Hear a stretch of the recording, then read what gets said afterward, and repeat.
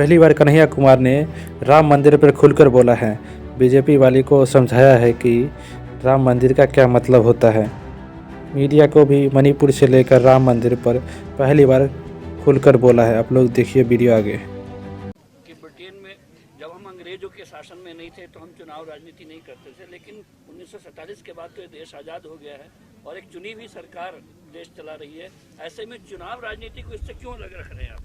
देखिए, चुनावी राजनीति से अलग इसलिए रख रहे हैं ना कि जब भी कोई पॉलिटिकल पार्टी कोई पॉलिटिकल एक्टिविटी करती है ना, तो सिर्फ यही सवाल पूछा जाता है कि कितना सीट जीतेंगे, कितना वोट आएगा।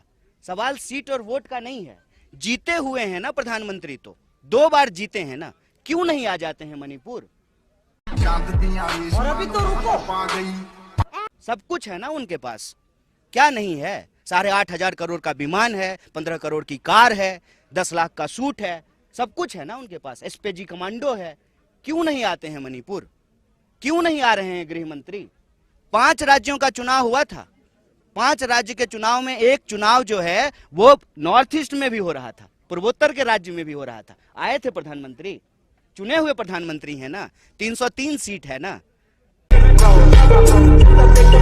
सिर्फ चुनाव पे हर चीज को सीमित कर देंगे तो फिर हमारे आंख के सामने जो अन्याय हो रहा है उसमें न्याय कौन ढूंढेगा? न्याय के लिए कौन लड़ेगा? हर चीज को अगर चुनाव पे ही सीमित कर देना है। राजनीति से हम इनकार नहीं कर रहे हैं, एक पॉलिटिकल पार्टी है, हम एनजीओ नहीं है। हम चुनाव लड़ते हैं, हम चुनाव लड़ेंगे, लेकिन सिर्फ चुनावी नफा नुकसान से हर चीज को देखेंगे तो इस देश का बंटवारा होता रहेगा, जैसे बंटवारा हो गया है मणिपुर का। सिर्फ वोट के गणित से नहीं आ रहे हैं ना, सुरक्षा के सवाल से तो नहीं है। हम लोग जब आ सकते हैं तो प्रधानमंत्री क्यों नहीं आ सकते हैं? मतलब वो सुरक्षा के सवाल से नहीं आ रहे हैं, वोट के गणित से नहीं आ रहे हैं। इसीलिए हम कह रहे हैं कि सिर्फ चुनाव का मसला नहीं है, लोगों के अन्याय के खिलाफ न्याय को स्थापित करने की बात है। चुनाव की बात इसलिए बार-बार की जा रही है क्योंकि सत्ता में आएंगे तभी न्याय का हक जनता को दे पाएंगे आप। नहीं, गांधी जी की जो है शहादत 48 में हो गई। चुनाव इस देश में 52 में हुआ था ना सर, तो गांधी जी तो चुनाव नहीं लड़े थे। तो हम ये कह सकते हैं कि गांधी जो है इस देश में न्याय के लिए नहीं लड़े। इस और अभी तो रुको, देश में हजारों साल से लोगों को मंदिर प्रवेश नहीं करने दिया जाता था। गांधी जी चुनाव लड़के लोगों को मंदिर प्रवेश नहीं कराए थे। छुआछूत के खिलाफ, वर्ण व्यवस्था के खिलाफ, इस देश के जो आम लोग हैं उनके हक और अधिकार के लिए गांधी जी लड़ रहे थे, सिर्फ चुनाव के लिए नहीं लड़ रहे थे। मैं कह रहा हूं कि चुनाव हम लड़ेंगे और पूरी मजबूती से लड़ेंगे। देश का सबसे मजबूत विपक्ष पार्टी होने का अपना रोल निभाएंगे, हम उससे भाग नहीं रहे हैं। लेकिन किसी भी संघर्ष को, न्याय को, किसी भी जो है लोगों के अधिकार को सिर्फ और सिर्फ चुनाव से सीमित कर देने से उसका आधार छोटा हो जाता है, उसका जो है क्षेत्र छोटा हो जाता है, उसमें शामिल होने वाले लोगों की मानसिकता संकीर्ण हो जाती है। मैं कहता हूं कि जो भाजपा के समर्थक हैं, जो भाजपा के वोटर हैं, क्या उनको न्याय की जरूरत नहीं है? हम इस देश के 140 करोड़ लोगों के लिए के न्याय के लिए लड़ रहे हैं। महंगाई से कौन प्रताड़ित नहीं है? महंगाई का जो अन्याय है उससे कौन प्रताड़ित नहीं है? तो हम सबके लिए लड़ रहे हैं, इसलिए हम ये बात कह रहे हैं।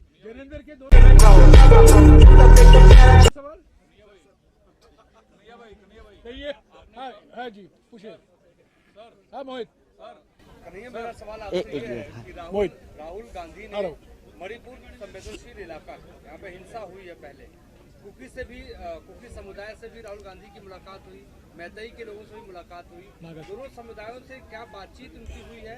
क्या आश्वासन उन्होंने दिया है और उन्होंने क्या अपने मेमोरेंडम उनको सौंपे? देखिए, राहुल जी ने पिछली बार जो यात्रा की थी तो उसका उद्देश्य यही था कि हम आम लोगों के बीच जाएंगे ताकि आम लोग हमसे बहुत आसानी से मिल सके। इस बार भी जब वो यात्रा कर रहे हैं तो इसी उद्देश्य को लेकर के चल रहे हैं कि सब लोग उनसे मिल सकें। यहाँ पर वो मैती समुदाय के लोगों से मिले, नागा समुदाय के लोगों से मिले, गोरखा समुदाय के लोगों से मिले, नागा समुदाय के लोगों से मिले और उन लोगों से भी मिले जो भारत के दूसरे इलाकों से आकर के यहाँ काम करते हैं, धंधा करते हैं, नौकरी करते हैं, दुकान चलाते हैं, सबसे मिल रहे हैं। विद्यार्थियों से मिले, महिलाओं से मिले। उन्होंने एक बात समझी है और अपनी बात वो खुद बताएंगे जब आप लोग से बात करेंगे कि सारे लोग शांति चाहते हैं। आप किसी से भी बात करके देख लीजिए, पोस्टर चाहे किसी भी समुदाय के द्वारा लगाया गया हो, सब कह रहे हैं वी वांट पीस। सबसे उनकी पहली मांग ये है कि शांति स्थापित हो, उससे तमाम लोगों का जीवन जो है वो अस्त व्यस्त हो रहा है, प्रभावित हो रहा है। हाँ जी, एक मिनट आ रहा हूँ। का देश में अस्थिरता है, खास करके मणिपुर की जिक्र आपने की कि 2 भाग में बटा हुआ है। जेपी नड्डा ने कहा कि देश में स्थिरता और देश को आगे ले जाने के लिए आज से एक बार फिर मोदी सरकार देश भर में दीवार लेखन कार्यक्रम शुरू किया जाएगा। वो स्थिरता मांगते हैं मोदी के आने से, आप कह रहे हैं उनके होने से अस्थिरता है भारत में। देखिए, वो जो दावे कर रहे हैं वो दावे में सच्चाई कम, प्रचार ज्यादा है। सच्चाई आप सब लोग यहाँ आए हैं तो ये सच्चाई आप लोगों ने देखा है। अब दिखाएंगे नहीं दिखाएंगे वो एक अलग बात है।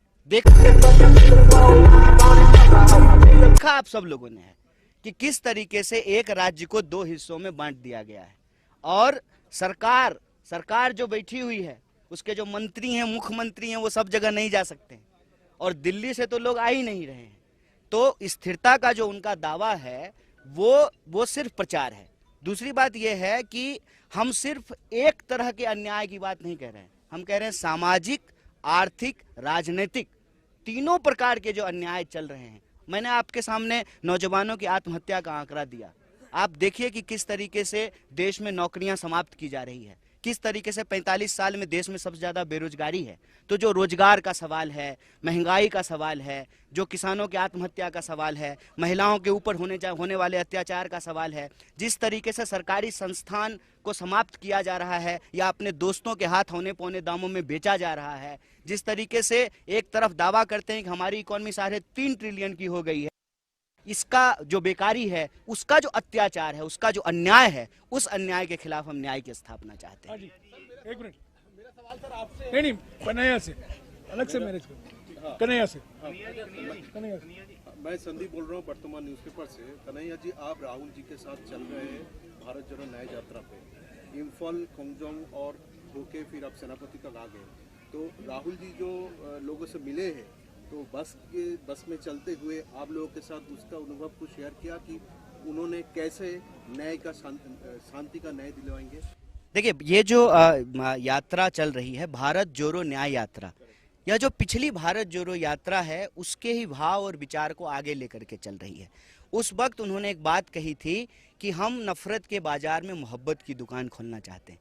तो वो जो बस है, वो बस जो ज्योग्राफिकल कंस्ट्रेन है, जो लंबाई है, और आने वाले दिनों में जो राजनीतिक गतिविधि देश में रहने वाली है, तमाम चीज़ों को ध्यान में रख करके पार्टी ने तय किया कि हम हाइब्रिड यात्रा करेंगे। पैदल भी उतर के चलते हैं, बस से भी चलते हैं। तो बस को जो है एक मोहब्बत की दुकान की शक्ल दी गई है। तो बस के भीतर भी लोगों से मिलते हैं, बाहर जो लोग सड़कों के किनारे खड़े होते हैं उनसे भी बात करते हैं, और हम आपके माध्यम से ये बात भी साझा करना चाहते हैं लोगों को कि आने वाले दिनों में आपके गांव से, गली से, सड़क से, बाजार से, शहर से जब यात्रा गुजरे तो एक बात का ख्याल रखिएगा कि आपको बाईं तरफ खड़ा होना है, क्योंकि वो बाईं तरफ रहते हैं और हमारे देश में बाईं तरफ चलना होता है। तो अब बाईं तरफ जो है आपको खड़ा रहना है, और बाईं तरफ वो बैठते हैं, लोगों से मिलते हैं, बात करते हैं, उनके आग्रह पे जो है वो उतरते भी हैं। और जो है संस्कृत में एक बात कही भी जाती है, सदा भवानी दाहिनी सन्मुख रहे गणेश। तो लोग जो हैं बाईं तरफ रहते हैं, हमारे देश में बाईं तरफ हैं, वो चलेंगे। तो उनसे आग्रह है कि वो रहें, वो मिलते हैं, और बस वो जो मोहब्बत की दुकान है उसमें बुला करके, बिठा करके बात भी करते हैं। विद्यार्थियों से मिलते हैं, नौजवानों से मिलते हैं। आज ही रास्ते में जो है ट्रक ड्राइवरों से मिले हैं। तो वो आम लोगों से मिलना चाहते हैं, और उनका जो भी दुख दर्द है वो उनकी भाषा में सुनते हैं, और उनको आश्वासन देते हैं कि सरकार तो हम नहीं है, लेकिन आपके हक के लिए, आपके न्याय के लिए लड़ेंगे जरूर। एक मिनट सुनो, एक मिनट सर, एक सवाल, क्योंकि आप न्याय की बात कर रहे हैं, तो आप न्याय के लिए लड़ रहे हैं, सिर्फ बात नहीं कर रहे हैं। न्याय के लिए लड़ रहे हैं। सर, कांग्रेस पार्टी की तरफ से एक और डिमांड रखी गई थी, जो कॉन्सिक्रेशन सेरेमनी हो रही है अयोध्या में, आपने बोला था प्रेसिडेंट को करना चाहिए, प्राइम मिनिस्टर को नहीं करना चाहिए।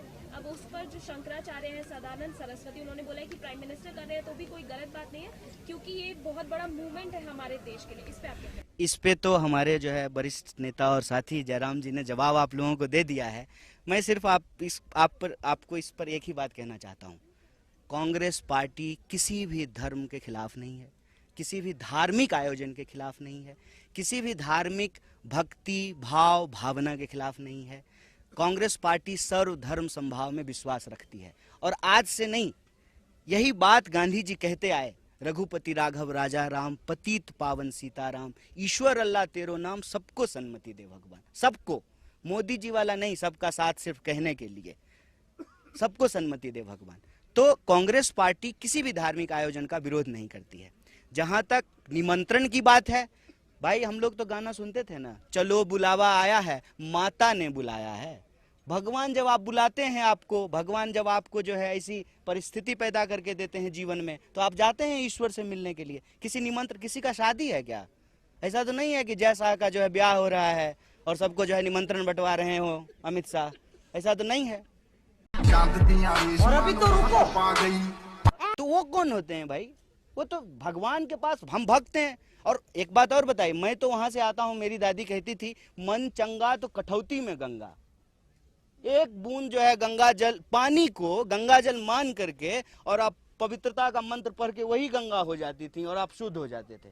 तो कहती, मेरी दादी तो कहती थी मन मंदिर में ईश्वर का निवास होता है। ईश्वर आपके व्यक्तिगत आस्था का चीज है, प्रदर्शन का विषय नहीं है। लेकिन वो कर रहे हैं, उसके पीछे सबको मालूम है, सब जानते हैं, आप सब जानते हैं, पूरा देश जानता है। किसी साधारण व्यक्ति से पूछ लीजिए, वो आपको बता देगा कि आनन फानन में ये इसलिए हो रहा है कि चुनाव है। ठीक बात है। तो वो एक 22 तारीख के राजनीतिक कार्यक्रम में पार्टी ने आग्रह पूर्वक मना किया है कि राजनीतिक कार्यक्रम में नहीं जा रहे हैं। मंदिर जाएंगे, क्यों नहीं जाएंगे, जा रहे हैं। इस यात्रा के दौरान ही आप देखिएगा कि हम हजारों सैकड़ों मंदिरों में जाएंगे, गुरुद्वारों में जाएंगे, मस्जिदों में जाएंगे, चर्चों में जाएंगे, क्यों नहीं जाएंगे। कांग्रेस पार्टी जो है कोई एथीस्ट पार्टी नहीं है कि जो है मंदिर का विरोध करेगी या किसी भी धार्मिक अनुष्ठान का विरोध करेगी। कांग्रेस पार्टी जो है सब धर्म की पार्टी है और सब धर्म के नेता थे। कांग्रेस पार्टी के पहले कैबिनेट आप देख लीजिए नेहरू जी का, उसमें श्यामा प्रसाद मुखर्जी भी थे, अंबेडकर जी भी थे और मौलाना अबुल कलाम आजाद भी थे, जॉन मथाई भी थे। कांग्रेस पार्टी ने किसी भी धर्म को अलग नहीं किया। इसीलिए मैं आपको बता देता हूं, सिर्फ कांग्रेस पार्टी भारत जोड़ो न्याय यात्रा कर सकती है, क्योंकि कांग्रेस पार्टी सबकी पार्टी है, कोई दूसरी पार्टी नहीं कर सकती है। हम इम्फाल से यात्रा शुरू किए हैं और यहाँ जो है सेनापति तक आ गए हैं, हम आ गए हैं और कोई कंकड़ भी हमारे ऊपर नहीं फेंका है, क्योंकि ये कांग्रेस पार्टी है। दूसरी पार्टी जो है एक पहचान के आधार पे, एक क्षेत्र के आधार पे सिमटी रहती है। कांग्रेस पार्टी की विचारधारा सार्वभौमिक है, सबको साथ लेकर चलने वाली है, सर्वधर्म संभाव वाली है। तो सिर्फ 22 तारीख के निमंत्रण पे सारा बहस केंद्रित मत कीजिए, वो एक राजनीतिक कार्यक्रम है। You were part of the recent election campaign.